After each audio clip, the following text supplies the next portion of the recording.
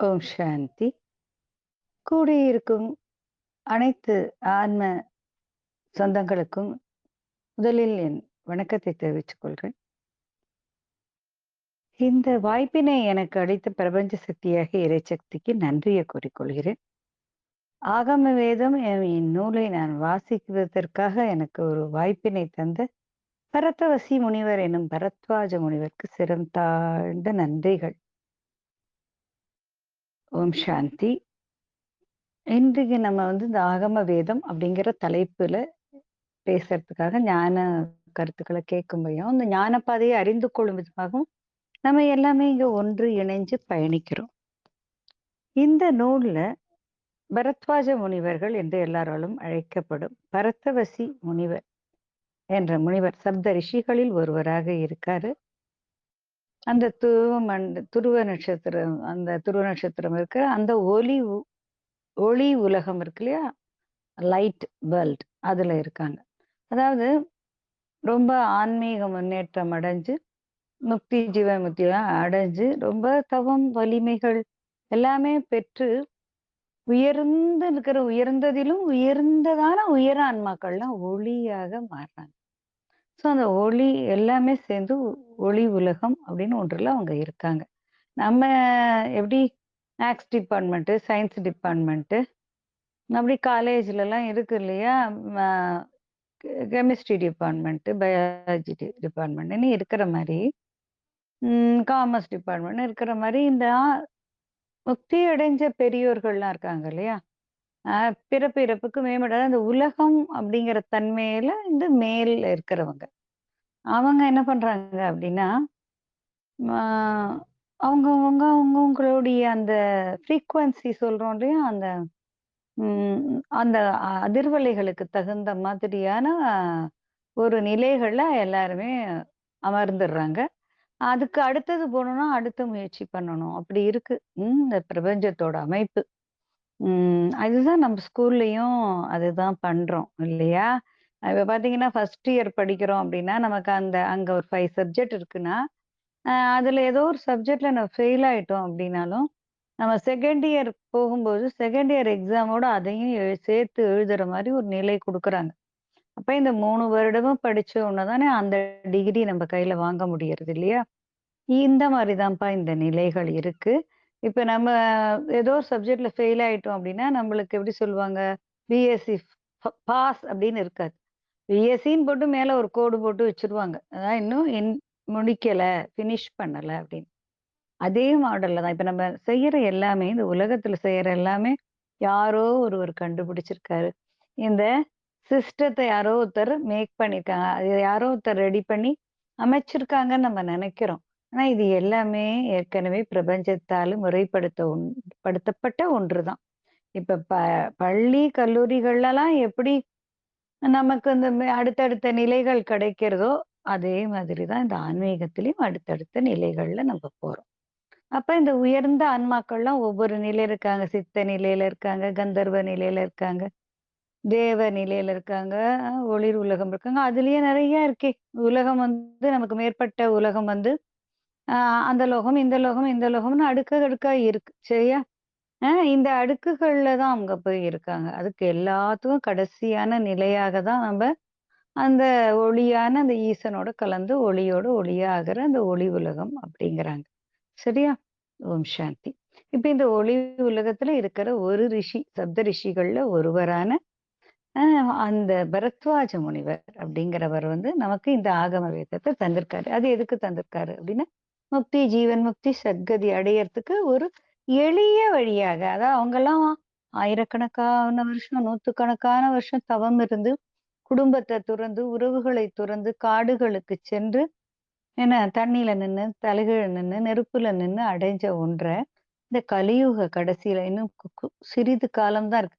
நமக்கு தெரியாது. நம்ம என்னமோ ஹேப்பியா இருக்கிற மாரி அன்னன்னைக்கு வாழ்ந்துட்டு இருக்கோம். இந்த பக்கம் நம்ம இப்படி வாழ்ந்துட்டு இருக்கோம் பாரதத்துலன்னா, நம்ம நாட்டிலேயே பார்த்தீங்கன்னா, வடக்க மழையா கொட்டுது. மலைகள்ல இருந்த வீடெல்லாம் அப்படியே இடிஞ்சு தண்ணியோட தண்ணியா போகுதுங்கிறாங்க. அங்க கேரளால பார்த்தானா, அங்க அந்த மலை சரிஞ்சிருச்சுங்கிறாங்க. அப்புறம் மத்த நம்மளுடைய அமெரிக்கா போன்ற நாடுகள்லாம் காடுகள்ல தீப்பிடிச்சு எரியறது, மழை பெஞ்சு மூழ்கிறதுன்னு சுத்தி இருக்கிற நாடுகள் எல்லாமே ரொம்ப கஷ்டத்துல தான் இருக்கு. சரியா? நம்ம வந்து கொஞ்சம் மத்தியில இருக்கோமா, ரொம்ப தெற்காலயும் இல்ல. கொஞ்சம் ரொம்ப தெற்கால இருக்கும்போது பார்த்தீங்கன்னா, நம்ம திருச்செந்தூர், இந்த கன்னியாகுமரி அந்த மாவட்டங்கள்லயும் பார்த்தீங்கன்னா, அந்த வெள்ளமெல்லாம் வந்தது இல்லையா? லாஸ்ட் இயர் அந்த வந்தது நமக்கு. ஸோ, இப்ப நம்ம கொஞ்சம் நடுவுல அப்படி இருக்கோம். இப்ப விழுப்புரம், விருத்தாச்சலம், சென்னை, அது ஒரு திருச்சி, மதுரை வரைக்கும் இருக்கிறவங்கலாம் கொஞ்சம் சேஃபஸ்ட் பொசிஷன்ல இருக்கோம். அதனால நம்மளுக்கு ரொம்ப தாக்கம் இல்ல. இப்ப கடலோரத்துல இருக்கிற இந்த கடலூர் போன்ற மாவட்டங்கள், பாண்டிச்சேரி போன்ற மாவட்டங்கள்லாம் நெறைய துயர தான் ஒவ்வொரு புயல்லயும் சந்திக்கிறாங்க. ஆனா கொஞ்சம் இது கொஞ்சம் நடுவுல இருக்கனால இந்த இந்த அப்படி இருந்தாலுமே காப்பாற்றப்படுறோம். இப்ப இந்த மாரி இயற்கை சீரழிவுகள் நடந்துட்டு தான் இருக்கு. போறாக்குறைக்கு கொரோனா மாரி மொத்தமாவும் கொண்டு போறாங்க. அ என்ன இதெல்லாம்? அப்டின்னா, இது எல்லாமே என்னன்னா, இப்ப இந்த உலகம் மாற்றம் அடைய போறது. அப்ப இந்த க பாப்புலேஷன் நம்ம சொல்றோம் இல்லையா? ஜனத்தொகை. அது வந்து கொஞ்சம் கொஞ்சம் அப்டியே குறைஞ்சுட்டு தான் வரும். எப்டி இந்த சிருஷ்டி விரியும் பொழுது பார்த்தீங்கன்னா, கொஞ்சமா நம்ம கிறிஸ்டியன்ல ஆதாம், ஏவாள் தான் ஃபர்ஸ்ட் இருந்தாங்கங்கிறாங்க. நம்ம வந்து நாராயண லட்சுமி தான் இருந்தோம் அப்டிங்கிறோம். இல்ல சிவன் சக்தி தான், பார்வதி தான் இருந்தாங்க அப்டின்னு ஒரு சிலர் சொல்றோம் இல்லையா? அப்டி சொல்லும்பொழுது அப்படியே இந்த விரிஞ்சு, விரிஞ்சு வந்து இப்ப இன்னைக்கு 800 கோடி அந்த உலகம் ஆயிடுது. இப்ப இந்த 800 கோடி மக்களையும் அட்டஸ்டச்சு ஒரே நாள்ல அ அழிக்கிறது அப்படிங்கிறது இயற்கை அப்படி செய்யாது அது. நம்ம வீட்டு ஃபேனு, டிவிலாம் மாரி தான். முதல்ல கொஞ்சம் அலை அலையா வரும். முதல்ல கரகரங்கும். அப்புறம் கொஞ்சம் கோடு கோடா வரும். அப்புறம் அலை அலையா வரும். அப்புறம் ஒரு ஒரு அ அ 4, 5 கலர்ல ஒரு கலர் தெரியாது. அப்புறம் கொஞ்சம் பிளாக் அடிக்கும். அப்புறம் கொஞ்சம் ஒயிட் அடிக்கும், போயிடும். இதே ஒய் மாடல், சேம் மாடல் தான் இந்த உலகமும்.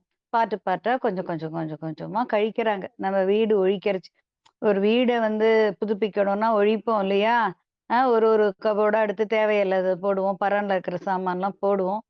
வந்து வீட வந்து புதுப்பிக்க போறோம். ரீகன்ஸ்ட்ரக்ட் பண்ண போறோம். அங்கங்க உதிர்ந்ததெல்லாம் சரி பண்ண போறோம்னா, எப்படி பண்றோம் இல்லையா? ஒரே நாள்ல பண்றது இல்லல்ல. அதே மாடல்ல தான் இந்த உலகம் இப்ப தயாராகின்னு இருக்கு. ஒரு பக்கம் அழிவு நடந்திருந்தாலும், ஒரு பக்கம் உருவாக்கம் நடந்துன்னு இருக்கு. இல்லையா? வீடு கன்ஸ்ட்ரக்ட் பண்ணணும்னா, அதுக்கு நம்ம அ வாங்கணும்ல. ஜல்லி, கருங்கல்லு, அந்த சிமெண்ட்டு, மணல் எல்லாம் வாங்கி போடுறோம்லப்பா. அந்த மாடல்ல ஆக்கமும் நடந்து கொண்டிருக்கிறது. அப்ப அதுக்கான இவங்கள பேசுறோம். கான்ட்ராக்டரோட பேசுறோம். இன்ஜினியர்ஸ் வந்து சொல்றாங்க. இத இப்படி இப்படி பண்ணிடலாம், இது பண்ணிடலாம். இப்ப இங்க வந்து இந்தியன் டாய்லெட் இருக்கு. அத வெஸ்டர்னா மாத்திடலாம். பெரியவங்களுக்கு நல்லாருக்கும். காமன் டாய்லெட்ட இந்தியனா வச்சுக்கலாம். வரவங்க போலாம். அப்படிலாம் ஒரு டிசைன் மேக் பண்றோம். ஒரு வீட்டுக்கே ரீகன்ஸ்ட்ரக்ஷன் பண்ணணும் அப்டின்னா, எக்ஸ்டென்ஷன் வேணா எக்ஸ்டென்ஷன் பண்ணிக்கலாம். தேவையில்லாம பெருசா இருந்தா, இத கூட இப்டியே இடிச்சுட்டு ஒரு சிட் அவுட் மாரி பண்ணிக்கலாம் சார். பெருசா இந்த வெளியில இந்த தாவாரம் தேவையில்ல. இப்ப என்ன கல்யாணம் பண்றோமா? அப்டிலாம் சொல்றாங்கல்ல. அதே ஒய் மாடல், சேம் மாடல் தான். இப்ப கன்ஸ்ட்ரக்ஷன் ரெடி ஆக போறது. அதுக்கு வரப்போறது. சேஞ்ச் ஓவர் வரப்போறது. உலகம் மாற்றம் அடைய போறது. உலகம்னா பூமி கிடையாது. உலகம் அப்டிங்கிற அந்த விஷயம். மக்கள், நம்ப வாழ்க்கை முறை இதெல்லாம் தான். இது எல்லாமே மாறப்போகுது. ஏன்னா சுற்றுச்சூழல்கள் வீணா போயிடுச்சு. நம்ம கையில ஒரு பொக்கிஷமான ஒண்ண குடுத்து, என்ஜாய் பண்ணுங்க அப்படின்னு சொல்லி, அந்த இறைவன் வந்து நம்மள இறக்கி விட்டபோது, நம்ம முதல்ல கொஞ்சம் வந்த புதுசுல கொஞ்சம் ஒழுக்கமா இருந்தோம். அப்புறம் போக போக கொஞ்சம் அப்படி ஸ்லக்கிஷா, சோம்பேறித்தனமா, ஆ நம்மளுடைய நான் நன்னா இருக்கணும் அப்படின்னு ஒரு தன்மை வந்துருது இல்லையா? சத்தியுகத்துல எப்படி இருக்கும்? நமக்கு ஒரு பொக்கிஷமான ஒண்ணு கிடைச்சிருக்கு. இறைவனால அளிக்கப்பட்ட பரிசுன்னு புரிந்து கொண்டு, அந்த இடத்துல எப்படி இருக்கோம் நம்ப? ஒரே அ மனதார ஒரு ஹேப்பியா, இன்னும் ஒரு பரவசமா இருந்து கொண்டு, ஆன்ம நிலையில நிலைச்சிருப்போங்க. அப்ப புருஷ தத்துவத்துல இருப்பாங்கன்னு சொல்லுவாங்க. புருஷனா ஆன்ம அப்படின்னு அதுக்கு பேரு. அங்க எல்லாரும் எப்படி இருக்காங்கன்னா, ஸ்ரீத்துவத்துல இருப்பாங்க. ஸ்ரீத்துவம்னா, ஸ்ரீ அப்படின்னு சொன்னா, ஸ்ரீன்னு யார சொல்றோம்? அம்பாள தான் அடைமொழியா ஸ்ரீ அப்படின்னு சொல்ற வழக்கம். ஸ்ரீத்துவம் அப்படின்னா அன்பு, அரவணைப்பு, கருணை, கனிவு. அதுல ஆண்களும் அப்படித்தான் இருப்பாங்க. ஆண்கள் வீரமாக இருப்பாங்க. பெண்களுக்கும், குழந்தைகளுக்கும் ஏதான ஒரு கஷ்டம் வரும்போது, அத காப்பாத்துறதுக்கு ஒரு மிருகம் வந்து அட்டாக் பண்றது, ஒரு மழை வருது, ஒரு புயல் வருது, அந்த மாரிலாம் இருந்தா அவங்கள காப்பாத்துறதுக்கு அதுக்கான சக்திகள் அவங்கள்ட்ட இருந்தாலும், அந்த கோபம், அகங்காரம் இப்ப சாதாரணமா ஒரு ஆம்பளன்னா அப்படித்தான் இருக்கணும்ல. கோவமா இருக்கணும், வீரமா இருக்கணுங்கிறோம். ஆனா, நாம இப்ப தவறா புரிஞ்சுட்டு இருக்கோம். வீரம் வேற, கோபம், அகங்காரம், ஆணவம் வேற. ஏன்னா கோவப்பட்டா தான் சக்தி கிடைக்கிறது. இப்ப கலியுகம் இல்லையா? கோவம் வந்தா கட கட கடன்னு வேலை நடக்கும். நானே பார்த்துருக்கேன். எனக்கு கோவம் வரும்போதெல்லாம் நான் எங்க வீட்டு எல்லா ஷெல்ஃபையும் அப்படி கிளீன் பண்ணிடுவேன். மடமடன்னு. ஏன்னா எனக்கு கோவத்த காட்ட மாட்டேன். ஆனா நான் அத வெளியில கொண்டு வரணும்ல. அந்த எனர்ஜி அந்த கோபம்னு ஒண்ணு உருவாயிடுச்சுல்ல. ஒரு புயல். அந்த புயல என்ன பண்ணுவேன், வேலை செஞ்சு சரி பண்ணுவேன். ஸோ, அப்ப வந்து நல்ல சக்தி கிடைக்கிறது. மத்த நேரம்லாம் கை வலிக்கிறது, கால் வலிக்கிறது, டயர்டா இருக்கு அப்படிலாம் சொல்றது உடம்பு. ஆனா அதுக்குள்ள அந்த கோவம் வரும்போது அதுக்கு பல மடங்கு சக்தி செலவழியிறதுன்னு தான் அதுக்கு அர்த்தம். உடல்ல இருக்கிற சக்தி வந்து வெளிப்பட்டுடுது. அப்படியே வெளியில வருது புஸ்ஸுன்னு கிளம்பி. ஸோ, கோபம் அப்படிங்கிறத நமக்கு வீரம்னு புரிஞ்சுக்கிறோம். கோபமோ, ஆணவமோ, அகங்காரமோ இங்க வீரம் கிடையாது. ஒரு ஆண்மகன் வீரன்னா, அவன் வந்து கோவப்படணும், எல்லாரையும் அடிக்கணும். அப்படித்தானே இங்க எல்லாம் பண்ணியிருக்காங்க. மல்யுத்தம் பண்றது, அது மாரி தானே ஆரம்ப காலத்திலேயே ராஜா காலத்திலேயே இருந்திருக்கு. ஆனா, கோபம் வீரம் கிடையாது. வீரம்னா தேவைப்படும் பொழுது தன்னுடைய சக்திய உபயோகப்படுத்தி பிறரை காப்பாற்றுவதுக்கு பேரு தான் வீரம். சரியா? அப்ப சத்தியயுகத்துல அப்படி இருந்தாங்க. ஸ்ரீத்துவம் இருக்கும். பெண்களை காப்பாற்றி அரவணைச்சு போறதுக்கு ஒரு செக்யூரிட்டி கார்டு மாரி. அவங்கள பாதுகாக்கிறதுக்கான பாதுகாவலர்களாக ஆண்கள் இருந்தாங்க. அது ஸ்ரீத்துவம்ங்கிறச்சு அந்த இடத்துல பெண்களோட தலைமை அவங்க தான் அவங்களுக்கு எல்லாமே அவங்களுக்கு கொஞ்சம் நுண்ணிய உணர்வுகள் உண்டுங்கனால, அவங்க சொல்ல சொல்ல ஆலோசனை சொல்ல சொல்ல, இங்க எல்லாம் சமூக மாற்றம் எல்லாமே நடந்திருந்தது. அடுத்தது பார்த்தீங்கன்னா, அடுத்த யுகம் வரும்பொழுது என்னாச்சு? கொஞ்சம் இந்த நான்கர ஆணவம் வரும்போது, கொஞ்சம் கொஞ்சமா ஆண்கள் கேப்சர் பண்ண ஆரம்பிக்கிறாங்க. அந்த அந்த ஆளுமைய அவங்க கொண்டு வராங்க. அப்ப ஸ்திரீத்துவம் கொஞ்சம் கம்மியா போறது. கொஞ்சம் கம்மியா போகுது. கொஞ்சம் 50, 50 இருக்கு. சில பேர் அந்த ராமர், சீதைய எப்படி ஒரு ஆதரவா பார்த்துட்டாருங்கிற மாரி நம்ம படிக்கிறோம்ல, அந்த மாரி இருந்தாங்க. 50, 50 ஆட்டிட்யூடோட இருந்தாங்க. இப்ப துவாப்பர யுகம்லாம் வரும்போது, பெண்களுக்கு பெண்களுக்கு ஒரு ஒரு 25% கூட பெண்களுக்கு ஒரு மதிப்பு, மரியாதை இல்ல. எல்லாமே இந்த ஆண்கள் கையில வந்துருது. ஆண்கள் கையில வந்தா தப்பு கிடையாது. ஆனா அவங்கள்ட்ட ஸ்ரீத்துவம் இல்லையே! ஸ்ரீத்துவம் இருந்திருந்தா, அந்த கருணை, கனிவு, அன்பு இருந்திருந்தா, அந்த ஆண்களும் எப்படி பண்ணியிருப்பாங்க? அழகாவே பண்ணியிருப்பாங்க. ஆனா, அவங்களுக்குள்ள என்ன வர ஆரம்பிச்சுருச்சு? இந்த இன் இத எல்லா நாடுகளையும் கையாளணுங்கிற ஆசை. உன் நாடு, என் நாடுங்கிறது வந்து அத நம்ம கேப்சர் பண்ணணும், கான்கர் பண்ணணும்னு சண்டை, போர் எல்லாம் வர ஆரம்பிச்சுருச்சு. அப்ப எப்பயுமே போர் வந்தா என்ன வரும்? கொஞ்சம் ஆணவம், அகங்காரம்லாம் வந்து தான் ஆகும். வேற வழியே கிடையாது. காப்பாத்துவதற்காக கிடைத்த வீரத்தை போரிட்டு வெற்றி கொள்வதற்காக பயன்படுத்த ஆரம்பிச்சுட்டாங்க. பிறருடைய நாட்ட கேப்சர் பண்றதுக்காக ஆரம்பிச்சாங்க. அப்ப நாட கையாள்றது, அவங்களுடைய பெண்டிர கையாள்றது போன்ற விஷயங்கள்லாம் நடக்க ஆரம்பிச்சுடுத்து. கலியுகம் வரும்போது ரொம்ப மோசமா போச்சு. கலியுகம் வரும்போது அன்பா இருங்க, கருணையா இருங்கன்னு சொல்லி எந்த வீட்லயும் யாராவது பெண்ணு கின்னு கத்தினா, சத்தம் போடாம வீட்டு வேலைய பார்த்துட்டு இரு. எங்களுக்கு தெரியும் புருஷனுக்கு. அப்படிங்கிற மாரி ஆரம்பிச்சோனே, இந்த கனிவு, அன்பு, கருணை எல்லாம் அம்மாக்கும், பிள்ளைகளுக்கும் மட்டுமே உள்ள பந்தமா போயிடுச்சு. உலகத்துல இல்லாம போயிடுச்சு. ஒருவருக்கு ஒருவர் இருக்கணும் இல்லையா? இப்படியாக ஒரு டிராஃப்ட் அப்படி ஆரம்பிச்சுட்டு அன்பே உருவமாக ஆரம்பிச்ச அந்த உண்மையின் யுகம், அன்பின் யுகம் என்ன ஆயிடுச்சு இப்ப? ஆணவத்தின் யுகம், அகம்பாவத்தின் யுகமாக கைப்புருஷன் தான் இதுக்கு தலைவரா இருக்காரு. அவரு தான் நம்மளெல்லாம் இந்த மாரி தன்மைகள குடுத்து ஆதரிச்சு பார்த்துக்கிறாரு. இங்க அப்படித்தானே இருக்கு. ஆணவமாக இருப்பவனும், அ ஒரு ஒரு இதுவாகவும் இருக்கிறவன் தானே இங்க வந்து தலைவனா இருக்க முடியறது. அவன் தானே ஆட்சி செய்ய முடியாது. அவன் தானே எல்லா இடத்துலயுமே வெல்றான். யார் ஒருவன் வந்து அன்பு, கருணை எல்லாம் எந்த ஒரு ஆண்ட்ட இருக்கோ, அவன என்ன சொல்லிடுறாங்க, "நீ ஒண்ணுக்கும் லாயக்கு கிடையாது. என்ன நீ இப்படியே எல்லாத்துக்கும் பயந்துகிட்டு இரு. நீ உருப்பட மாட்ட." அப்படின்னு அவனுக்கு ஒரு பட்டம். யாரு ஆண்கள் சில பேர் ஸ்ரீத்துவத்துல இருக்காங்களோ, அவங்கள இந்த சமூகமே ஒதுக்குது. "அவன் கையால் ஆகாதவன்ப்பா" அப்படின்னு ஒதுக்கிறது. ஆனா அவன் தான் மேன்மையானவன். அவனுக்கு தான் சத்தியயுகத்துல இடம் இருக்கு. அது யாருக்கு தெரியாது? சமூகத்துக்கு தெரியாது. பெண்கள்ல பா பெண்களே என்ன பண்றாங்க? ஸ்திரீத்துவம் குறைந்து, அவங்கள்ட்டயும் அன்பு, கனிவு, கருணை எல்லாம் மறைஞ்சு, அ பெண்ணுங்கிறவ அவளே பாதி பேர் எப்படி இருக்காங்க? ஆணவத்திலும், அகங்காரத்திலும், அந்த ஆளுமை பண்ணணும் பிறர அப்படிங்கிற எண்ணத்திலயும் பெண்களும் மாறி போயிட்டாங்க. இப்ப ஒரு ஒரு 25% பெண்ணிட்ட தான் கொஞ்சமான கருணை, கனிவு அதெல்லாம் இருக்கு. அதுவும் எங்க இருக்கு? அவ குழந்தைகள்ட்ட மட்டும் இருக்கு.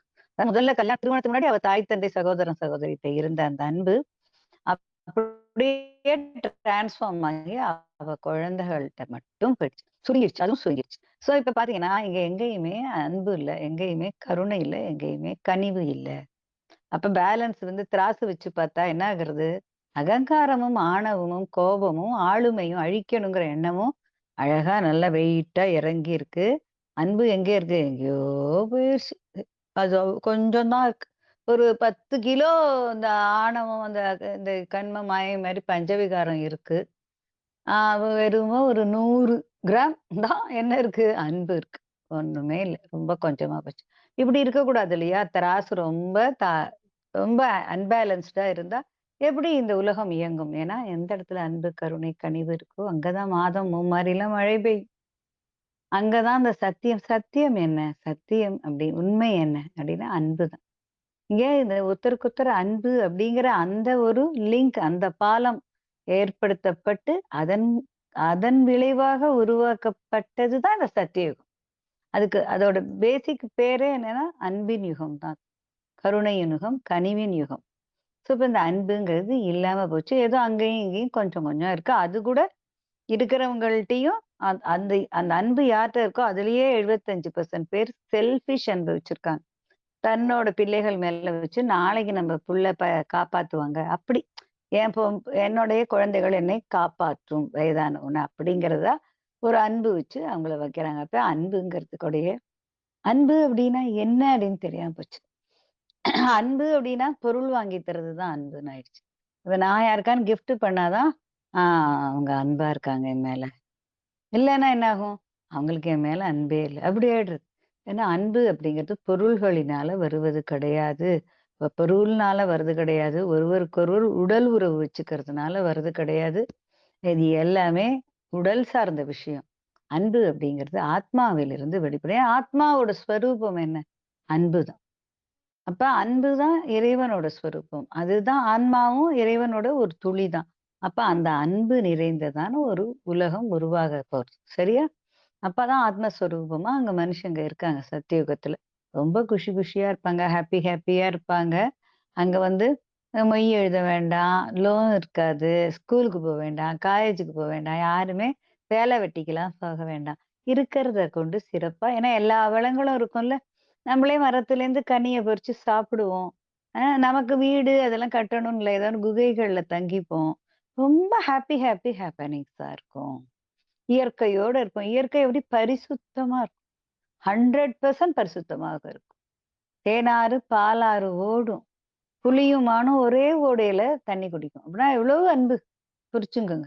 அவ்வளவு அன்பா இருக்கும். அந்த அன்பு தான் இருக்கும். எல்லாரும் நேச்சுரல் ஃபுட் தான் சாப்பிடுவோம். அப்படி அந்த அந்த ஒரு ஒரு மான் எப்படி மடியில உட்காந்துக்கிறது, எப்படி ஒரு பூனைக்குட்டி இந்த காலத்துல உட்காந்துக்கிறது. நாய்க்குட்டி வச்சுக்கிறீங்க. அதே மாரி உங்க உங்க மடியில புலிக்குட்டி, புலி பக்கத்துல உட்காந்துக்கும். எதுக்குமே இந்த மாரியான ஒரு ஒ ஒண்ணு ஒண்ணு அடிக்கணும், கொலை பண்ணணும் போன்ற எந்த ஒரு வெறித்தனமுமே இருக்காது. ஏன்னா, பஞ்சபூதங்களும் 100% அப்படியே அப்படியே கிளியரா இருக்கும். புதுசா இருக்கும். ஏன்னா புதுசான புது உலகம். இந்த பூமிங்கிறது ஒண்டி தான் பழசு. இந்த இந்த மண் தத்துவத்துல. ஆனா பூமி தான். ஆனா அதுல போட்டிருக்கிற பார்ட்டிகள் எல்லாமே அதுல செட் பண்ணியிருக்கிற எல்லாமே எப்படி இருக்கும்? தூய்மையாக புதுசா இருக்கும். அந்த சத்தியுகம் வரப்போகுது. அப்ப 10% தூய்மையான ஒரு உலகம் வரப்போகுதுன்னா, நம்மள மாதிரி பஞ்சவிகாரத்திலேயே 100% இருக்கிற நம்பலாம் எவ்வளவு தூய்மையாகணும் இல்லையா? எவ்வளவு தேவைப்படுறது. கரெக்ட்டா? புரிஞ்சுக்கணும் நம்ப. அப்ப நாம என்ன பெருசா பண்ணிட்டோம்? கொலை பண்ணிட்டோமா? திருடிட்டோமா? இல்ல அடுத்தவன் சொத்த தான் எடுத்துட்டோமா? நாங்கலாம் நல்லவங்க தான் அப்படின்னு நம்ம நினைக்கிறோம். நம்மள்ட்ட அன்பு இல்லைல்ல, கருணை இல்லைல்ல, கனிவு இல்லைல்ல, எல்லாரையும் ஒன்றாக நேசிக்கக்கூடிய அன்கண்டிஷனல் லவ்.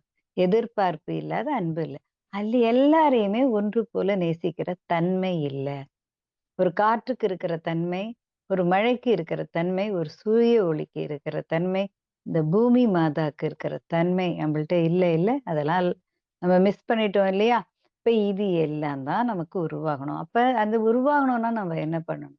அப்ப நம்ம யாருன்னு புரிஞ்சுக்கணும். அதுக்காக தான் ஒரு ஆகம வேதம் சொல்றாரு. நம்ம யாருன்னு புரிஞ்சுக்கணும்னா, நான் சொல்லுச்சே நான் என்ன சொல்வேன்?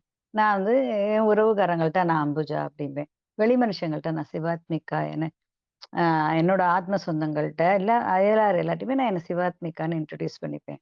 ஏன்னா உறவுக்கு சிவாத்மிகான்னு சொன்னா புரியாது. அம்மா, அப்பா வச்ச பேர் சொல்லுவேன். உலகத்துக்கு இறைவன் எனக்கு அளித்த பேர சொல்லுவேன். அப்ப இப்படிதான் நாம புரிஞ்சுக்கிறோம். ஆனா நாம் யாருன்னா, நாம நமக்குள்ள ஒரு ஒரு எனர்ஜியாக இருக்கோம். ஒரு ஒரு பேட்டரிக்குள்ள ஒரு சக்தி இருக்கு. அந்த சக்தியாக நம்ம இருக்கோம். எலக்ட்ரிசிட்டிக்குள்ள ஒரு சக்தி இருக்கு. அந்த சக்தியாக நம்ம இருக்கோம். அதெல்லாம் கண்களால பார்க்க முடியாது. எதாலயுமே கூட உணர முடியாது. எப்ப உணர முடியும்னா, அத தேடும்பொழுது தான் அத நம்ம உணர முடியும். அப்படி ஒரு மறைபொருளாக இறைவன் நமக்குள்ள வச்சிருக்கான். ஏன்னா, அது இறைவனுடைய ஒரு ஒரு இது இல்லையா? பார்ட்டிகிள். அது இறை சக்தியோடைய ஒரு சின்ன மினிமைஸ்டு பார்ட்டிகிள். அப்ப அது தவறா பயன்படுத்திறக் கூடாது அப்படிங்கனால, அத வந்து ஒரு மறைபொருளா வச்சிருக்கான். அப்ப அத நம்ம தேடும்பொழுது நம்மளால கண்டெடுக்கப்படும். இயேசுநாதர் சொல்றார்ல, "தேடுங்கள் கிடைக்கப்படும். தட்டுங்கள் திறக்கப்படும்" அப்படின்னு சொல்றாரு இல்லையா அழகா? அப்ப நம்ம தேடும்பொழுது தான் நம்ம அத தேடுறோங்கிறத அது உணரும்போது தன்னை காட்டிக் கொடுக்கும். எவ்வளவு ஒரு பெரிய விஷயம் அது. அது அத நம்ம உணர்ந்துகிட்டீங்கன்னா, அந்த உணர்வுகள் உங்களை உயர்த்தும். அதுதான் இங்க விஷயம். அந்த சத்திய யுகத்துக்கு போகணும் அப்படின்னா, அவர் என்ன நமக்கு வழங்குறாரு அப்படின்னா, பஞ்ச விகாரங்கள் இருக்கக்கூடாது. அத வாங்க சைவ நெறியில மும்மலங்கள்னு சொல்ற வழக்கம். ஆணவம், கன்மம், மாயை அப்படிங்கிற மும்மலங்கள் இருக்கக்கூடாது. ஆணவம் ஏற்கனவே சொல்லிட்டேன். ஆத்திரம், கோபம், அகங்காரம். கன்மம்னா பழிவாங்குற தன்மை. மனசுக்குள்ளேயே வச்சுக்கிறது. 5 வயசுல இப்படி சொன்னான், 10 வயசுல இப்படி சொன்னான். நான் மறக்க மாட்டேன். ஒரு நாள் நல்லா வச்சு செய்வேன் அப்படிம்போல, அந்த கன்மம் இருக்கக்கூடாது. கருவு இருக்கிறது அப்படிம்பாங்க. அந்த கன்மம் இருக்கக்கூடாது. மாயைன்னா எல்லாத்துலயும் மயங்கிறது. எது சரி, எது தவறுன்னு தெரியாது. அனைத்து பொருள்கள்லயும் ஆசைப்படுறது. இதுதான் வேணும்னு ஆசைப்படுறது. அதுதான் அவங்க பஞ்ச விகாரம்னு பிரிச்சு சொல்லியிருப்பாங்க. அந்த அந்த ஒண்ணொண்ணு ஆசையும் அடங்கணும். எனக்கு எனக்கு என்று சேர்த்து வைத்துக் கொள்வது. இது எல்லாமே மாயையில வருது. ம். அந்த எப்படி வருதுன்னா, காமம், மோகம், லோபம் இந்த 3ம் அந்த மாயையில வருது. ஏன்னா, நீனே நிரந்தரம் இல்லாம இருக்க. உனக்கே உடல் மாறி மாறி வருது. நீ பார்க்குற பொருள்லாம் அழிஞ்சு அழிஞ்சு போறது. எல்லாமே அழிஞ்சு போறதில்ல. உங்க அப்பா வீட்ல இருந்த டிவி, உங்க அப்பா வீட்ல இருந்த ஃபேனு, உங்க அப்பா வீட்ல இருந்ததெல்லாம் இப்ப இல்ல. எல்லாம் புதுசா மாத்திட்டாங்க. அப்பா வீட்ல இருந்த வண்டி மாத்தியாச்சு. கார் மாத்தி எல்லாம் நீனே பார்க்குற. இப்போ உங்க வீட்லயும் அதே மாரி நெறைய விஷயம் மாறி போச்சு. வீணா வீணா போகுது மாத்துற. நம்ம உறவுக்காரங்களே தாத்தா, பாட்டி, அத்தை, மாமாலாம் நெறைய பேர் காலியாறாங்க. ஏன் இப்ப நம்ம சக வயசு இருக்கிறவங்களே ஏதோ ஒரு ஹார்ட் அட்டாக்ல ஏதோ ஒண்ணுல செத்துப்பாங்க. ஸோ இங்க எதுவுமே நிரந்தரம் இல்லை. இந்த வாழ்க்கையே நிரந்தரம் இல்லை. இன்னைக்கு நான் ஒரு 1,00,000 சம்பாதிக்கிறேன்னா, டக்குன்னு நம்மள வாக் அவுட் பண்ணிட்டாங்க. அப்படின்னு சொன்னா, அடுத்தது ஒரு 50,000க்கு எங்கேயோ வேலை கிடைக்குதான்னு பார்த்து வாழறோம். அதுல ஏதோ லாஸ் அது ஏதோ ஏதோ ஆயிடுச்சு அப்படின்னா, அப்புறம் ஏதோ ஒரு பொட்டி கடை வச்சோ, வெத்தல பாக்கு கடை வச்சோ பொழச்சுக்கிறோம். அப்படி ஏதோ வாழ்ந்துன்னு இருக்கோம். அப்புறம் வெத்தல பாக்கு பொட்டி கடை வச்சவன் என்ன பண்றான்? அவனுக்கு ஏதோ வாழ்க்கையில ஒரு வெற்றி கிடைச்சு, அவன் அடுத்த நிலையில வந்து ஒரு ஸ்டோர் வச்சு, அப்புறம் அ இந்த மாரி சரவணா, செல்வரத்னம்லாம் வச்சு அவன் பெரிய ஆள் ஆயிடுறான். ஸோ இப்ப இங்க எல்லாமே மாற்றத்துக்கு உரியது. யாருமே பணக்காரனா இருக்கிறவன் என்னைக்கும் பணக்காரனா இல்ல. ஏழையா இருக்கிறவன் என்னைக்கும் ஏழையா இல்ல. தாழ்ந்த குலத்தவன் என்னைக்கும் தாழ்ந்ததா இல்ல. உயர்ந்த குலத்தவன் என்னைக்கும் உயர்ந்தும் நிக்கல. இங்க எல்லாமே என்ன ஆகுறது? மாறுதலுக்கு உரியதா இருக்கு. இது எல்லாமே நம்ம பார்க்கும்பொழுதும், பார்த்தாலும் நம்மளுக்குள்ள காமம் போல. எனக்கு இதுதான் வேணும், எனக்கு இதுதான் வேணும், நான் இப்படிதான் இருப்பேன், எனக்கு இதுதான் இதுதான் ஒரு கோபத்துல இருக்கும். சாமி கும்பிடுறதா இருந்தாலும் சரி, மற்ற எதுவா இருந்தாலும் சரி, நான் இப்படித்தான் இருப்பேன். நான் இததான் ஃபாலோ பண்ணுவேன். இப்படிதான் நான் அப்படின்னு ரொம்ப பிடிவாதமா, அகங்காரமா அப்படியே இறுக்கமா இருக்கும்போது காமம் ஆயிடுறது. தேடி தேடி போகுது. இல்ல எனக்கு நான் இப்ப நம்ம பெருமாள கும்பிட்டேன்ப்பா ஒண்ணும் நடக்கல. நான் பிள்ளையார போய் கும்பிடுறேன். ஐயோ! பிள்ளையாரையே கும்பிட்டேன் ஒண்ணும் நடக்கல. முருகன போய் கும்பிடுறேன்னு இப்படி பக்தியில கூட மோகம் இருக்கும். மாத்தி, மாத்தி, மாத்தி போறோம். ஒரு அப்படியே ஒரே சாமியே கும்பிட்டா கூட திருச்செந்தூர் முருகன் தான் அருள் செய்றாரு. மருதமலை முருகன் தான் தராரு அப்படின்னு சண்டை. அதெல்லாம் கிடையாது. எங்க ஊர்ல வள்ளிமலை முருகன் தான் செய்றாருன்னு ஆளுக்கு சண்டை போட்டுக்கிறோம். என்ன ஆயிடுது அப்படின்னா, தேடி அலையுறோம். திருப்தி இல்லாதனால தேடி அலையுறோம். அது பேரு மோகமாயிடுறது. இப்ப ஒண்ணு வந்து இது லோபம்னா, நான் என்னோடத யாருக்கும் பகிர்ந்து குடுக்க முடியாது. இப்ப இது ஞானத்திலயும் இந்த அந்த லோபம் இருக்கு. யாருமே தான் அடைந்த அந்த ஒரு நிலைகள, தனக்கு கிடைச்ச அந்த ஒரு அ எதையுமே அந்த அனுபவங்கள யார்ட்டயும் சொல்ல மாட்டாங்க. சொல்லக்கூடாது அப்படின்னு மறைச்சு வச்சுப்பாங்க. அப்ப அடுத்தடுத்து வரவங்களுக்கு அனுபவம்னா என்னன்னு கூட தெரியாதுல்ல. இது எல்லாம் கிடைக்குமா? கிடைக்காதா? இது என்ன விஷயம்? ஏமாத்தா? பொய்யா? இது உயர்வானவர்களுக்கு மட்டும் தான் கிடைக்குமா? தவம் இருக்கிறவங்களுக்கு மட்டும் தான் கிடைக்குமா? நம்மள மாரி உலகத்துல வாழ்ந்துட்டு இருக்கிறவங்களுக்கு கிடைக்காதா? எதுவுமே தெரியாது. ஏன்னா மறைச்சு வைக்கிறனால எல்லாராலயும் புரிஞ்சுக்க முடியல. அவங்க சிஷ்யர்கள்ல ஒரு 10 சிஷ்யர்கள் இருந்தாங்கன்னா, அதுல ஒருத்தருக்கு மட்டும் தான் சொல்லிட்டு போவாங்க அதையும். ஏன்னா அவங்க செலக்ட் பண்ணுவாங்க. இவன் வந்து ஹி இஸ் அ குட் பாய். அவன் வந்து எல்லாத்தையும் அவனுக்குள்ளேயே வச்சுப்பான் அப்படின்னு சொல்லிட்டு, உனக்குள்ள வச்சுக்கோ, உனக்குள்ள வச்சுக்கோ, உனக்குள்ள வச்சுக்கோன்னு சொன்னத இன்னைக்கு பிரபஞ்சம் என்ன பண்ணிடுச்சு, அந்த ஏடுகள், அந்த இதெல்லாம் வெளியில வர மாரி பண்ணிடுச்சு. எல்லார் கைக்கும் கிடைக்கிறது. என்னன்னா, எந்த தவத்திலயும் இல்லாதவனா இருந்தாலும், எந்த தியானத்திலயும் இல்லாதவனா இருந்தாலும், எந்த யோகத்துல இல்லாதவனா இருந்தாலும், அந்த வழிமுறைகள தெரிஞ்சுக்கும்போது, அதுக்கானவனா இருந்தா அத தேடி போவான். ஏன்னா காலம் செல்லாதுல்ல. கொஞ்சம் காலம் தானே இருக்கு. கொஞ்சம் இயர்ஸ் தான் இருக்கு. அப்ப அந்த இயர்க்குள்ள நம்ம மாறணும். சேஞ்ச் ஓவர் நடக்கணும். அப்ப இந்த மாரி பாரவான்கள், உயர் ஆன்மாக்கள்லாம் வந்து நமக்கு ஞானத்த எடுத்து குடுக்குறாங்க. அது விதமா தான் இப்ப இந்த ஆகம வேதம் நம்மள வந்து அடைஞ்சிருக்கு. இது பல வருஷ காலம், கோடி காலம், இந்த 4 யுகத்துக்கு முன்னாடி யுகத்துல வந்தது. அதெல்லாம் கிடையாது. இப்ப கலியுகத்துல இந்த கடைக்கோடியில 2020க்கு மேல வந்த ஒரு ஞான ஞானத்தை நமக்கு சொல்லி தரதுக்காக வந்து ஒரு ஞான பாதை நூல் தான் இந்த ஆகம வேதம். இப்ப அவர் என்ன சொல்றாரு? நம்ம இந்த கலியுகத்துல வாழுற மக்களால காடுகளுக்கு செல்ல முடியாது. குடும்பத்த விட்டு முடியாது. ஏன்னா ரொம்ப குஷி குஷியா இருந்துட்டோம் இல்லையா? அப்ப காடுகளும் வேற இல்லையே, அழிச்சுட்டோமே. இப்ப எதுவுமே இல்ல. அப்ப என்ன பண்றது? காலமும் கொஞ்சம் தான் இருக்கு அப்படிங்கனால, நாங்கலாம் வந்து ஹெல்ப் பண்றோம் அப்படின்னு சொல்லிட்டு, நமக்கு அந்த அந்த ஞானத்துக்கான மார்க்கத்தையும் குடுக்குறாங்க. ஏன்னா அவங்க ஞானம்னு சொல்லி இந்த புக்கு அறிவு, ஏட்டு அறிவுலாம் அவங்க ஞானம்னு சொல்றதில்ல. ஒருவன் ஞானம் அடைந்தான் அப்படிங்கிறது ஓம் சாந்தி பாபா. ஞானம் அடைந்தான் அப்படிங்கிறத எப்படி சொல்றாங்க அப்படின்னா, அந்த ஒளியை மொத்தம் கண்டு உணர்ந்தது தான் ஞானம் அடைதல். ஒளியோடு அவனுக்கு ஒரு உறவு ஏற்படும். அந்த உறவு தான் அவங்க ஞானம் அடைதல் அப்படிங்கிறாங்க. அந்த நிகழ்வுக்கு தான் ஞானம் அடையிறது. இந்த ரொம்ப அதிகமா பேசி, "எனக்கு எல்லாம் தெரியும். நான் உணர்ந்துட்டேன். ஆத்மாவ புரிஞ்சுன்ட்டேன். நீ யார் என்று தெரிஞ்சுக்கோ. நான் யார தெரிஞ்சுக்கோ. நீ யார தெரிஞ்சுக்கோ" அப்படின்னு சொல்றது பேர் ஞானம் கிடையாது. பல தலங்களில் த மிகைப்படுத்தி பேசிக் கொண்டிருப்பவர்கள் எல்லாருமே அஞ்ஞானிகள் ஆவர். நல்லா புரிஞ்சுக்கணும். அப்ப ஞானம்னா, அந்த ஒளியே 100% உணர்ந்திருப்பான். அதுக்கப்புறம் அத அடைஞ்சு அதோட இணைஞ்சு இருப்பான். அப்புறம் அத பார்ப்பான். ஆத்ம ஒளி அந்த கட்ட விரல் பெருசுக்கு ஜோதிர் பிந்துவாக ஆத்மா அப்படிங்கிறது நமக்குள்ள நிலை கொண்டிருக்கு. அத பார்ப்பான். பார்க்கும்போது அந்த அப்படியே மாறிடும். அது பார்க்கும்போது என்ன ஆகும்னா, அந்த உளறிக்கொண்டே இருக்கிற வாய் டக்குன்னு அ ஞானவானதுமே டக்குனு வாய் அடைச்சிரும். உளர தேவையில்லன்னு புரிஞ்சுன்ருவான். உண்மைய உணர்ந்துடுறான் இல்லையா? உண்மைய உணரும்போது யார் சொல்லிட்டு போனதையோ பேசிட்டு இருப்பான்ல. அத பார்த்தேன், இத பார்த்து, பார்த்து, பார்த்து அதுதான் ஞானம். அதுதான் உண்மையான அறிவுன்னு நெனைக்கிறாங்க. உண்மையான அறிவு உனக்குள்ள இருக்கு. அது பேரறிவா இருக்கு. அது இறைவனாக இருக்கு. அது உனக்குள்ள எல்லாத்தையுமே புரிய வைக்கும். இந்த என்ன அண்டச்சராசரம்னா என்ன? அகில உலகம்னா என்ன? நட்சத்திரங்கள்னா என்ன? இந்த மாரி இவங்கலாம் என்ன? ஒளி உலகுனா என்ன? அதுன்னு அப்படி இருப்பாங்களா என்ன? அப்படின்னு 1008 சந்தேகம் தானே இருக்கு. அதுதானே ஹியூமன் டெண்டன்சி. ஆனா அது எல்லாம் இருக்குங்கிறத உனக்கு சொல்லும். அப்படியே உனக்கு தெரியும். அவங்க இப்ப சொல்றோம்ல, இப்படி சொல்லின்னு இருக்கோம்ல, அந்த உலகம் நம்ம கண் முன்னாடி வரும். இப்படி சொல்லும்போது வரும். அது உள்ள காட்சி அளிக்கும். அந்த ஒளி உலகத்துல அவங்கலாம் இருக்கிறது தெரியுறது. அது தெரியறது அப்படின்னா, ஆ அது இன்விசிபிள் தானே. அது உங்களுக்கு சொல்ல முடியாது. அது அவங்கவங்க உணர்வால உணரும் பொழுது தான், இந்த ஒளி உலகத்துல அவங்கலாம் இருக்காங்க அப்படிங்கிறது தெரியும். அந்த சொர்க்கத்த நம்ம சினிமால பார்க்குற சொர்க்கம்லாம் இல்லாம இருக்கும். அது வேற மாரி இருக்கும். இது எல்லாமே நம்மளால நம்மளால உணர்வால உணர்ந்து கொள்ள முடியும். அதுதான் பேரறிவு. அதுதான் அறிவு. உண்மையான அறிவு. இப்ப படிச்சுட்டு அரைகுறையா படிச்சுட்டு ஒரு ஒரு ஒரு ஒரு 10 கன்டென்ட்ட தெரிஞ்சு வச்சுட்டு, அதையே எல்லா இடத்துலயும் திரும்ப திரும்ப இந்த அரைச்ச மாவே அரைக்கிற மாரி இட்லி மாவையே தோசையா போடுறது, பணியாரமா போடுறது, ஆப்பமா அதையே இப்ப செய்யறது. அதே மசால் தோசை, ஆனியன் தோசை, ஊத்தாப்பம் அப்படின்னு ஊத்தி எல்லாருக்கும் குடுத்து குடுத்து மகிழறது பேரு ஞானம் கிடையாது. அது அறிவும் கிடையாது. சரியா? ஓம் சாந்தி. இது யார் சொல்றாருன்னா, இவர் பரத்வாஜர் தான் சொல்றாரு. அவர் இட்லி, தோசையெல்லாம் சொல்லாம சொல்லியிருக்காரு. நம்ம புரிஞ்சுக்கணும்ல. அதனால நம்ம இப்படி புரிஞ்சுக்கிறோம். ம். நம்ப வாழ்க்கை முறையில தானே நம்ம இத புரிஞ்சுக்கணும்.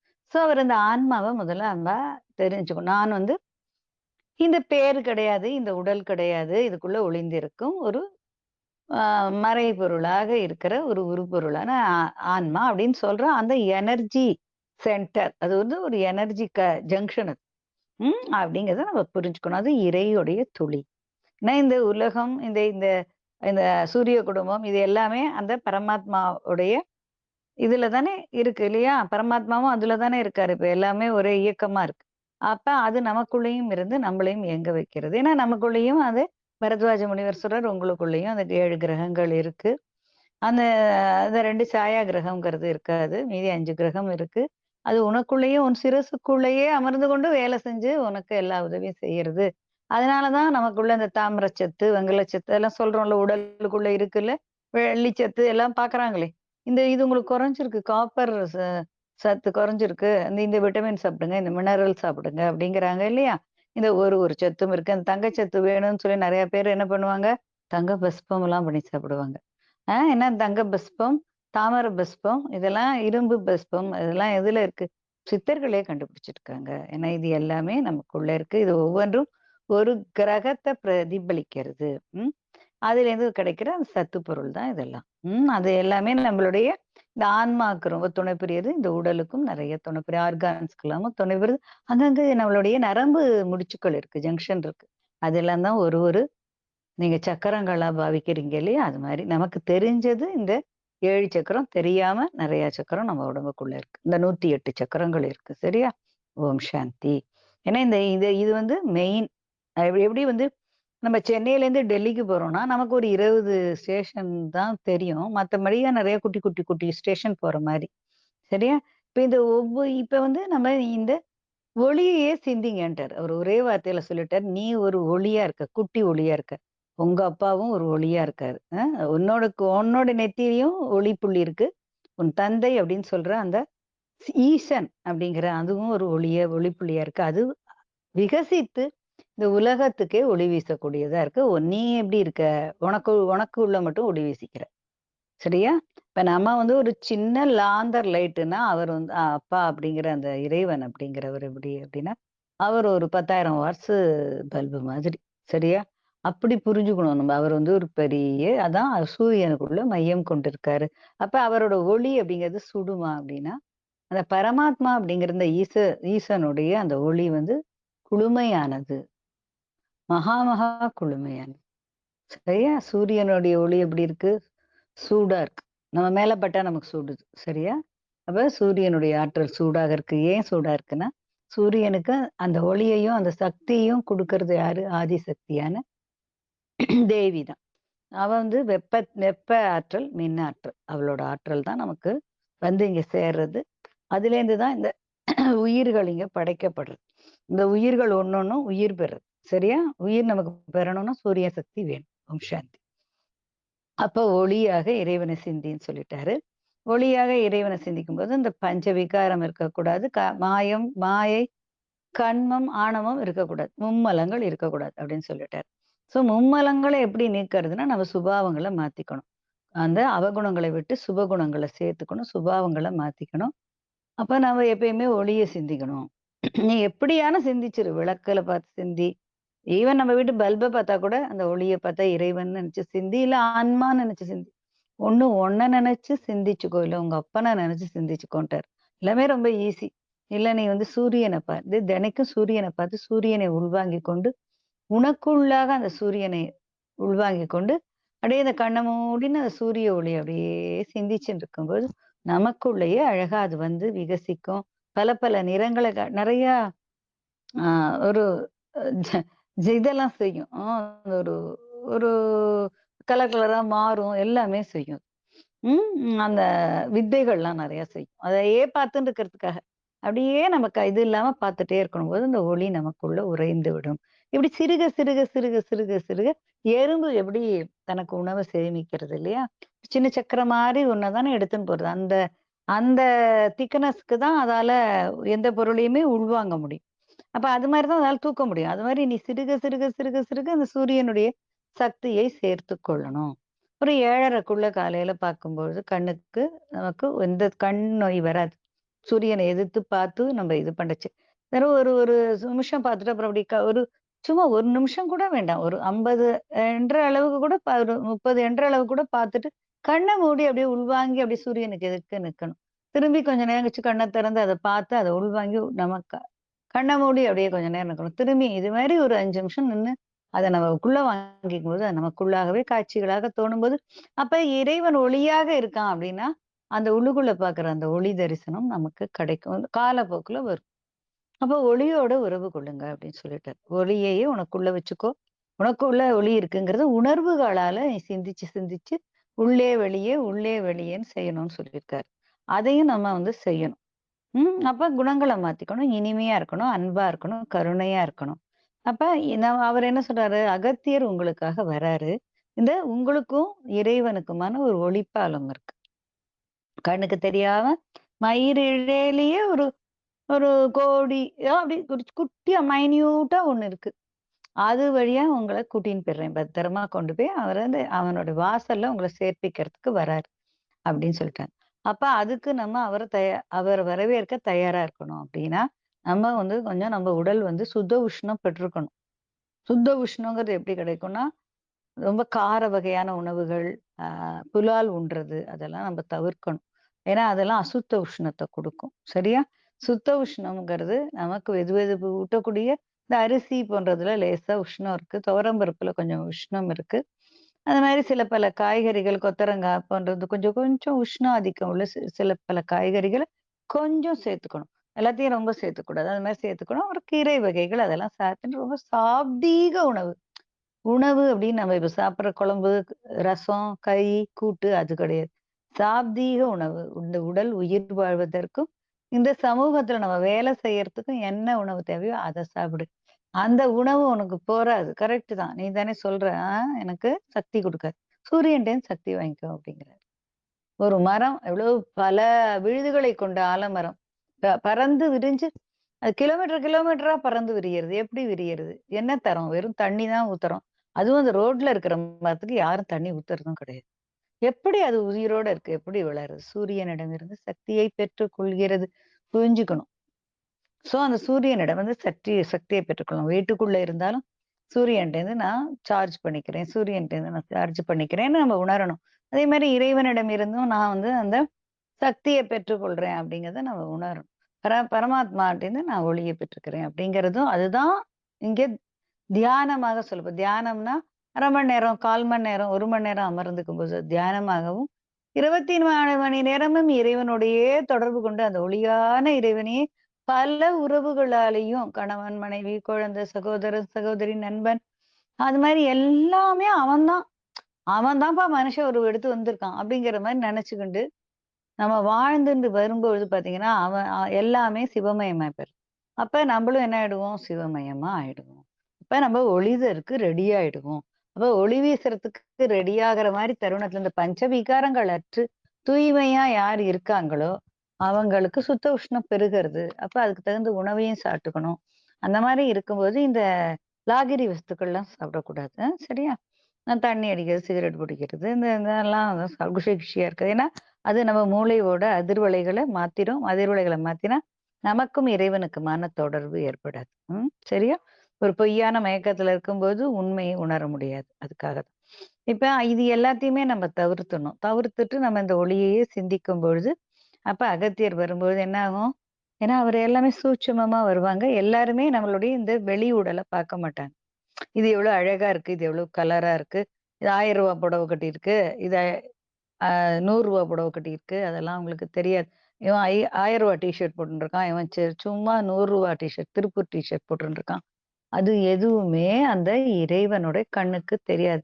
ஏன்னா, அவருக்கு கண்கள் சூட்சுமமா தான் இருக்கும். அதனால அவரு அந்த அகத்தியர் அப்படிங்கிறவரும் இறை ஒரு ஒளிநிலை அடைஞ்சவர் தானே. அவர் கண்களுக்கு என்ன தெரியும் அப்படின்னா, உங்களுடைய உடல்ல இருக்கிற சூட்சும உடல் எப்படி கிளென்ஸ் ஆயிருக்கு அப்படின்னு பார்ப்பாரு. அதுக்கு நம்மளுடைய அந்த ஆ 5 இது கோஷங்கள் 5 இருக்கு இல்லையா? உடல்ல இருக்கிற அந்த அந்த 5 வாசல் இருக்கு இல்லையா? கண், காது, மூக்கு, வாய், செவி, அப்புறம் அந்த இது இருக்கு. அந்த உடல் மெய் அப்படிம்பாங்க 5 பஞ்சகோஷம். அந்த உடல விட்டுட்டு உச்சி வாசல் தான் நமக்கு இந்த 4 வாசலும் கிளீனா இருந்தா, அந்த 5வது வாசல் வழியா நம்மள கொண்டு போய் இறைவனுடைய இந்த ஒளிப்பாலம் வழியா போய் அந்த பரமனுடைய வாசல்ல சேர்க்கறதுக்காக தான் வராரு. அப்ப ஒரே ஒரு அகத்தியர் தானே எப்படி வராருன்னு நீங்க நினைக்கலாம். அவர் ஒளியாயிட்டாரு இல்லையா? பல ஒளி துகள்களாக மாறி, நம்மளுடைய சிரசுல வந்து அமர்ந்து கொண்டு நம்மள அழகா வந்து முக்தி, மோட்சம், சத்கதி அளிக்க வராரு. அவருக்கு இந்த நற்குணங்கள் உடையவங்கள தான் பிடிக்கும். அப்ப அவங்கள மட்டும் தான் அவர் தேர்ந்தெடுப்பார். இங்க எந்த ஒரு முருகனோ, பிள்ளையாரோ, சிவனோ, அம்பாளோ இங்க ரெக்கமெண்டேஷன் கிடையாது. யாருக்கும் ரெக்கமெண்டேஷன் பண்ண மாட்டாங்க. இப்ப இங்க இந்த இதெல்லாம் அடையணும்னா நம்ப தான் நம்மள உயர்த்தி கொண்டிருக்க வேண்டும். நீ உன்ன உயர்த்தி கொண்டிருக்கும்பொழுது தான் அவர் வந்து அந்த உள்ளொளிய பெருக்கறதுக்கு வருவார். சரியா?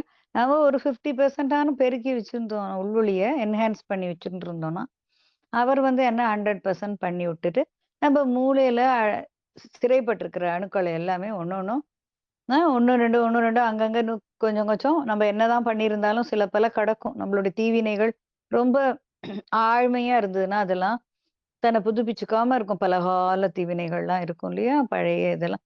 அதெல்லாம் வந்து அந்த அணுக்கள் எல்லாம் அவர் வந்து அழகா ஒளி வீச செஞ்சுருவாரு. அப்ப அந்த உள் மூளையே அப்படியே ஒளி வீசும். 1000 வாட்ஸ் பல்பு போட்ட ஒரு 10க்கு 10 ரூம் எப்படி இருக்கும்? அப்படி இருக்கும். அப்படி இருக்கும்போது தான் இந்த ஒளி உலகோட தொடர்பு நமக்கு கிடைக்கும். அப்பதான் நம்மளுடைய இந்த நம்ம நம்ம இந்த ஆத்மலோகம் அப்படிங்கிற அந்த அந்த இடத்துக்கு நம்ம பயணப்பட முடியும். அந்த ஒளி உலகுக்கு போகக்கூடிய அந்த இது வரும். இல்ல ரொம்ப உயர்வு அடையல நம்ம பரமாத்மாவ பார்க்க முடியல.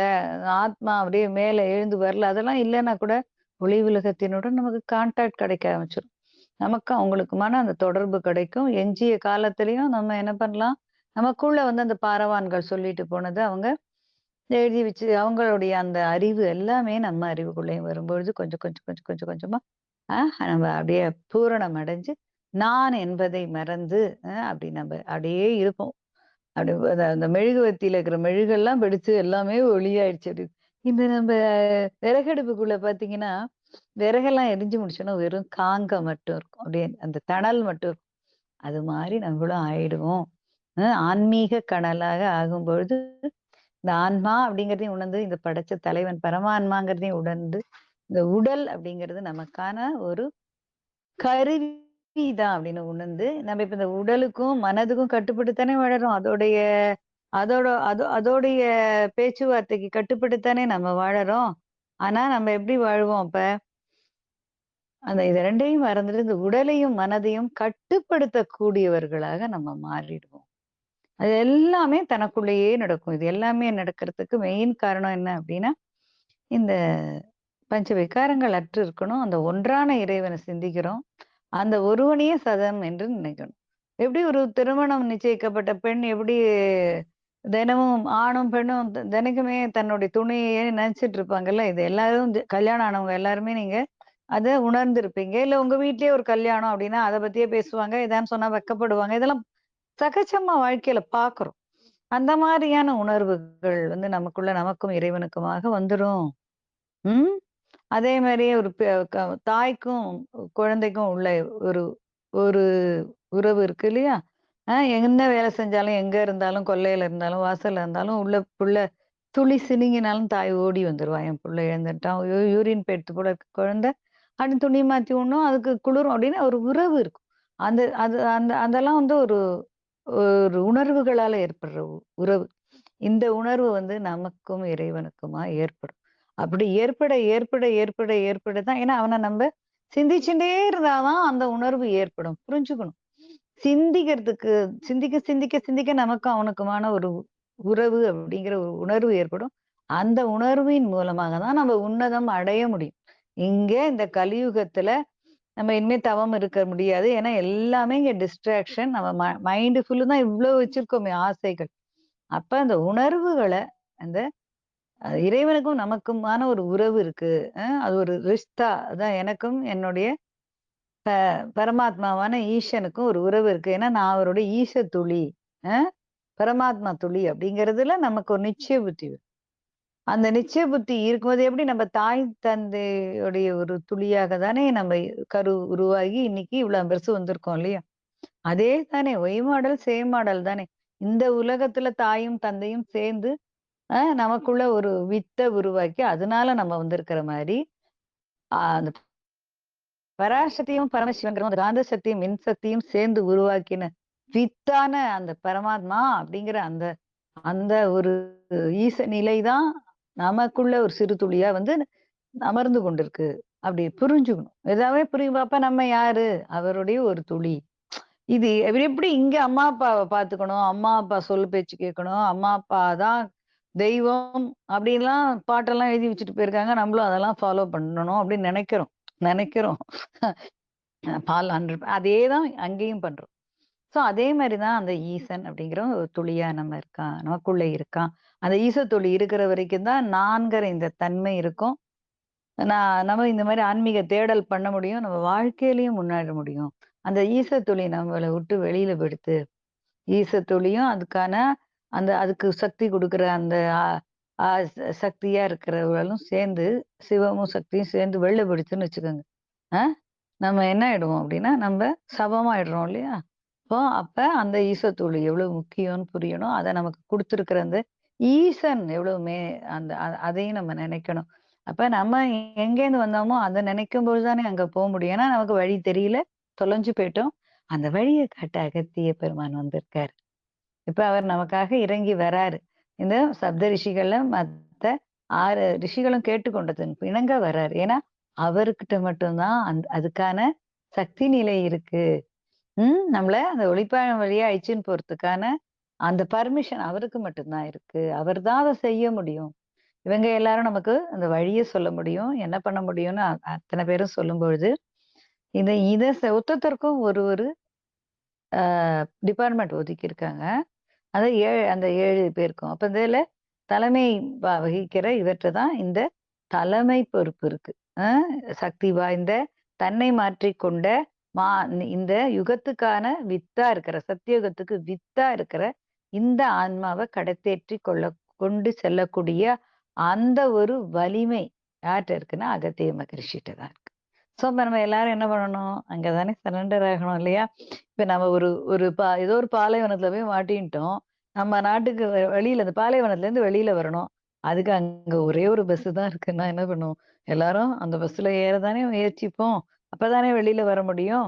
அப்ப அந்த பஸ் ஓட்டுற அந்த டிரைவர தானே நம்ம சரண்டர் ஆகணும். "அண்ணே என்ன ஏத்திக்கங்க, அண்ணே என்ன ஏத்திக்கங்கன்னு" கேட்போம். அதே மாரி நம்மளுக்கு வழிய காட்டக்கூடிய, வழியில அழிச்சுன்னு போகக்கூடிய, கைப்பிடித்து நடத்தி செல்லக்கூடிய ஒருவராக இருக்கிறவர் இந்த நிலையில இந்த கலியுக கடைசியில அகத்தியர் மட்டுமே இருக்கிறதுனால, நம்ம அகத்தியரை சரணடைந்து, "இனி காலம் செல்லாது" அப்படின்னு ஈசுவா என்கிற இயேசுபிரான் சொன்ன மாரி, "அதிசீக்கிரமே இந்த யுகம் ஆனது முடிவடைய போறது. புதிய யுகமான சத்தியயுகம் வரப்போறது." அப்ப நம்ம இந்த அகத்திய மாமுனிவர் அப்படின்னு அகத்தீஸ்வராக இருக்கும். நமக்குள்ள அகத்தீஸ்வரர் அப்படிங்கிற ஒரு நிலைப்பாடு இருக்கு. அதுல ஒளி வரணும். அகத்தீஸ்வரனுடைய அந்த அந்த அவருடைய அந்த துளி இருக்கு இல்லையா? அகத்தீஸ்வர துளி வந்து நம்மளோட வந்து இணையணும் அப்படிங்கிறதுக்கான அத்தன முயற்சிகளையும் நம்ம செய்யணும். அப்ப 24/7 24 மணி நேரமும் யாரு? ஈசன். ஒளியான இறைவன். நான் லிங்கத்த கும்பிடுறேன். நான் வந்து சிலைய கும்பிடுறேன்னா வேலைக்கே ஆகாது. ஏன்னா கடைசியில வந்துட்டோம். இனிமே உருவ வழிபாடு, லிங்க வழிபாடெல்லாம் நமக்கு எந்த முன்னேற்றமும் குடுக்காது. ஆன்ம முன்னேற்றம் குடுக்காது. சரியா? வீட்டுக்கு வேணா ஏதாவது நடக்கலாம். ஆன்ம முன்னேற்றம் கிடைக்காது. ஆன்ம முன்னேற்றம் அடைந்து சத்தியுகம் காணணும். ஜீவன் முக்தி சத்கதி அடையணும் அப்படின்னா, அந்த அல்லாஹ் எனப்படும் அ க ஆ கர்த்தர் எனப்படும், அல்லாஹ் எனப்படும், பரமபிதா, பரமாத்மா எனப்படும், அந்த சிவம் எனப்படும் ஈசன் எனப்படும் அந்த பரமாத்மாவ சிந்திக்கணும். சரியா? பரமபிதா, பரமாத்மா அப்படின்னு சொல்றாங்களா? அல்லாங்கிறாங்களா?